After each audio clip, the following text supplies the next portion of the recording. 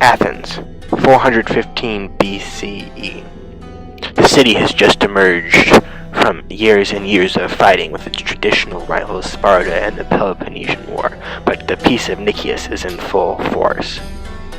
Out of the blue, Sicilian representatives from one of Athens' colonial powers arrive, requesting help against the Spartan allied power in Sicily, Syracuse.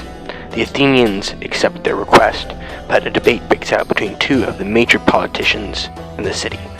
Nicias, an old and seasoned general who negotiated the previous peace with Sparta, and Alcibiades, a young and brash politician who's very ambitious and argues for the side of the Sicilians. The debate is fierce. In my view, this begs the very question we should be considering, whether we should send ships at all. I don't think that a hasty consultation on the matters of the greatest importance at the moment, and on the advice of people who aren't even Greeks, we should go to a war and fight a war that isn't even our business. But what good reason could we give ourselves for holding back? And what excuse could we offer them anyway?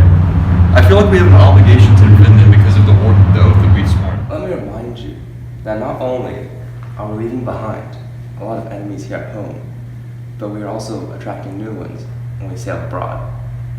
And we have only just recovered from a great war and a plague that has devastated our man and our stocks of wealth.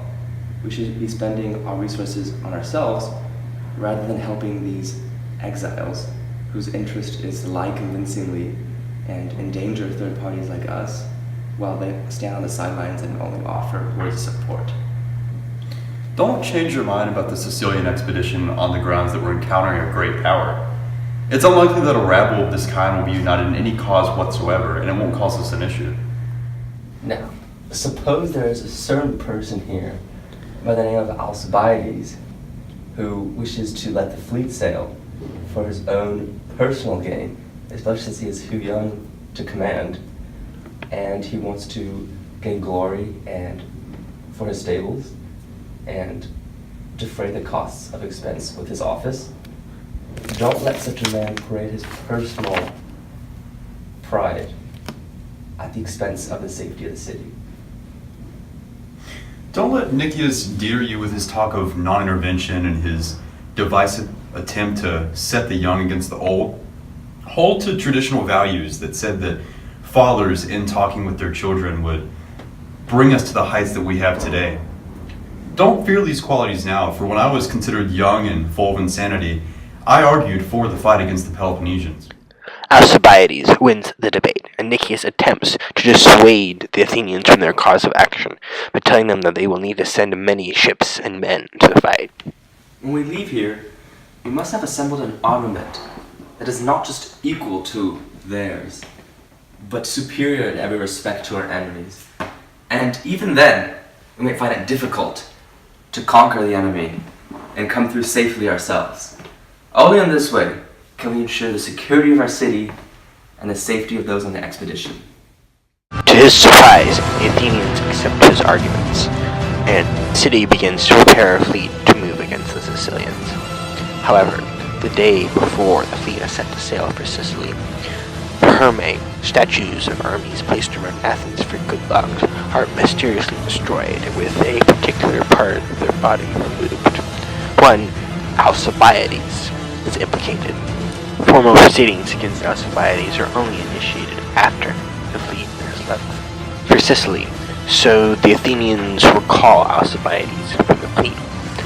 Alcibiades, however, conveniently disappears on the way back to Athens, fearing a prejudicial trial against him in his own city. As a result, he defects to Sparta. Meanwhile, I hope that none of you will think any worse of me if, after having hitherto passed as a lover of my country, I now actively join its worst enemies in attacking it, or will suspect what I say is the fruit of an outlaw's enthusiasm.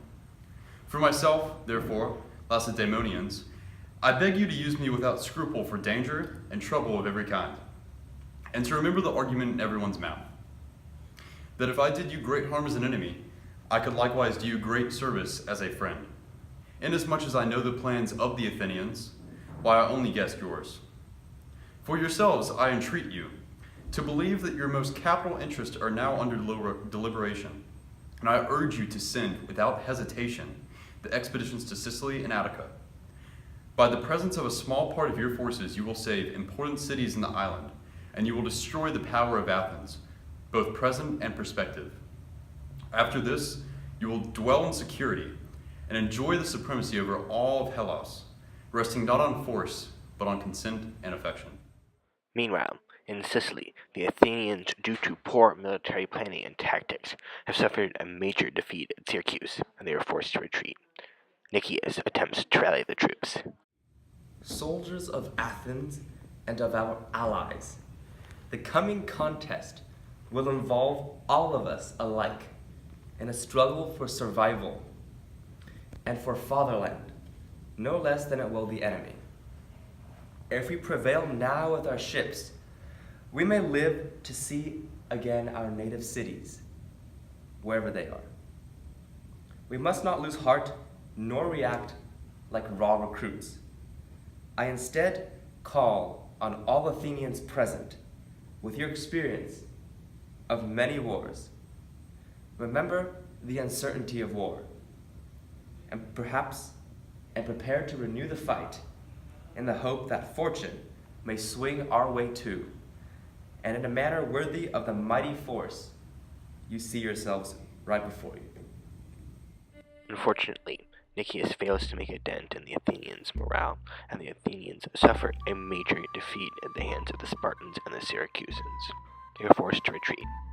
Nicias and the other generals are executed out of fear that they will execute more damage to the Syracusans and Spartans.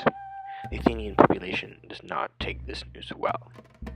When the news reached Athens, for a long time they could not believe that their forces had suffered such complete and utter destruction, even though they were getting direct eyewitness reports from the soldiers who had actually survived the action and escaped.